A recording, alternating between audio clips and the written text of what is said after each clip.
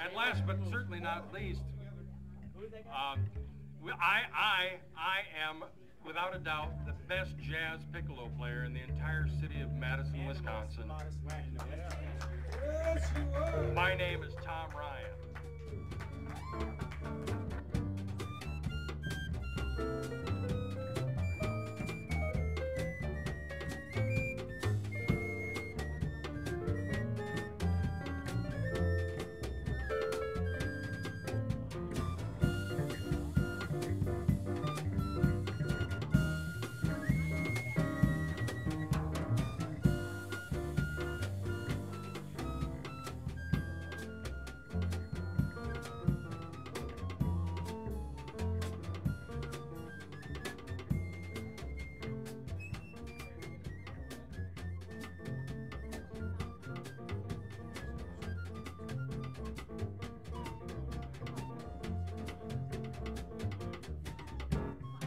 My name is Robert March, and I'm a professor emeritus of physics and integrated liberal studies. I retired 5 years ago.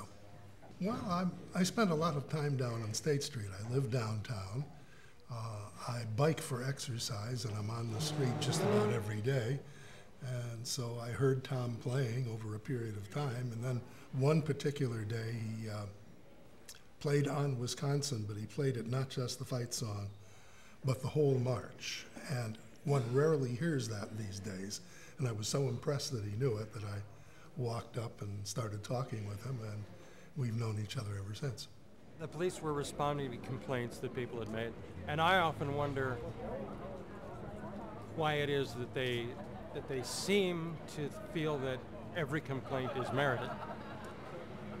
It seemed to me that they were catering to the whims of people who enjoy complaining.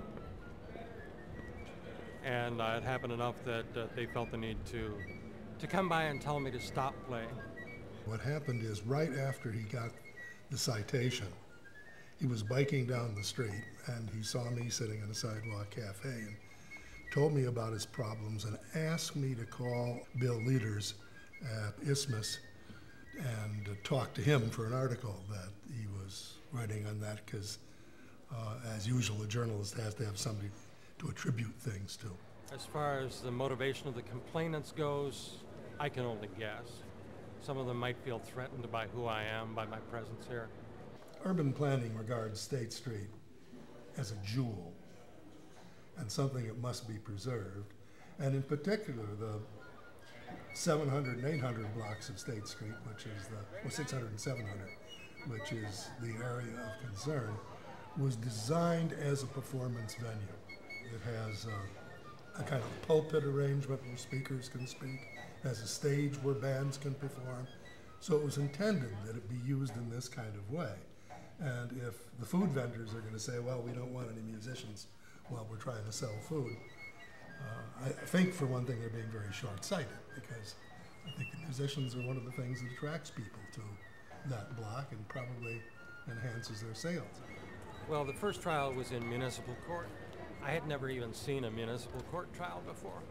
And apparently the rules of procedure there are a little more flexible than in a real court. I mean, than in other courts, than in circuit court. The biggest difference, of course, was that in municipal court, there is no such thing as a jury. Every trial is decided by the judge alone. So they're all bench trials. So on the appeal, I did have the option of requesting a jury, which I did, and I think that was the wise route to go on that. I guess my testimony wasn't very effective. So for the second trial, I decided to be prepared. I borrowed a sound meter from the Memorial Union. I also looked up the city code on sound levels, so I could come in and testify on the basis of my measurements. By an objective standard, he wasn't too loud. And I compared him to other sounds around. There was an armored car parked in front of the university bookstore, about twice as far from me as he was, and it was louder. It's there every day to restock the automatic teller machines, so it's a frequent noise. I don't think this is what got Tom dismissed. I think what got Tom dismissed is my testimony removed any idea that Tom was objectively a nuisance. Then it became a subjective matter, and the witness, there were three vendors who were witnesses. Two were the complainants, and the third said he liked the music. So now it simply became a matter of taste. And the nice thing was that second trial was a jury trial. So we have it on the record that a jury of peers has decided that music on Lower State Street's not a menace. But there's also a public nuisance statute, which is what this was being brought under. There, unfortunately, there are some precedents in law that if somebody says they're annoyed, then it's a nuisance.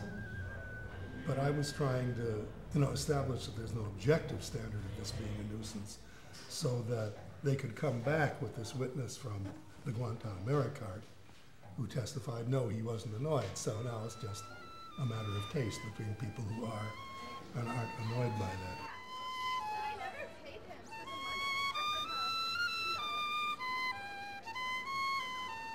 Just because he was found not guilty on one day does not mean he can be not guilty the next day. It doesn't excuse him from any other future crimes.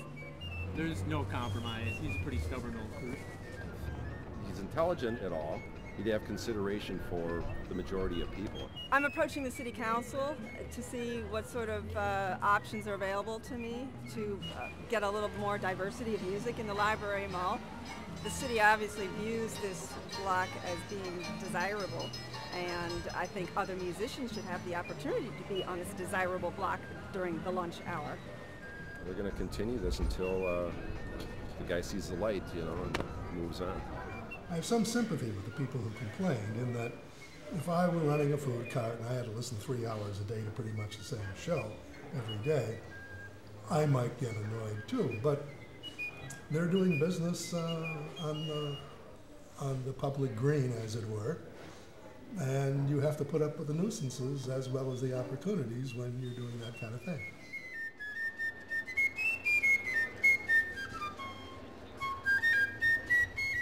Well, I think the court decision, yes, does set a precedent.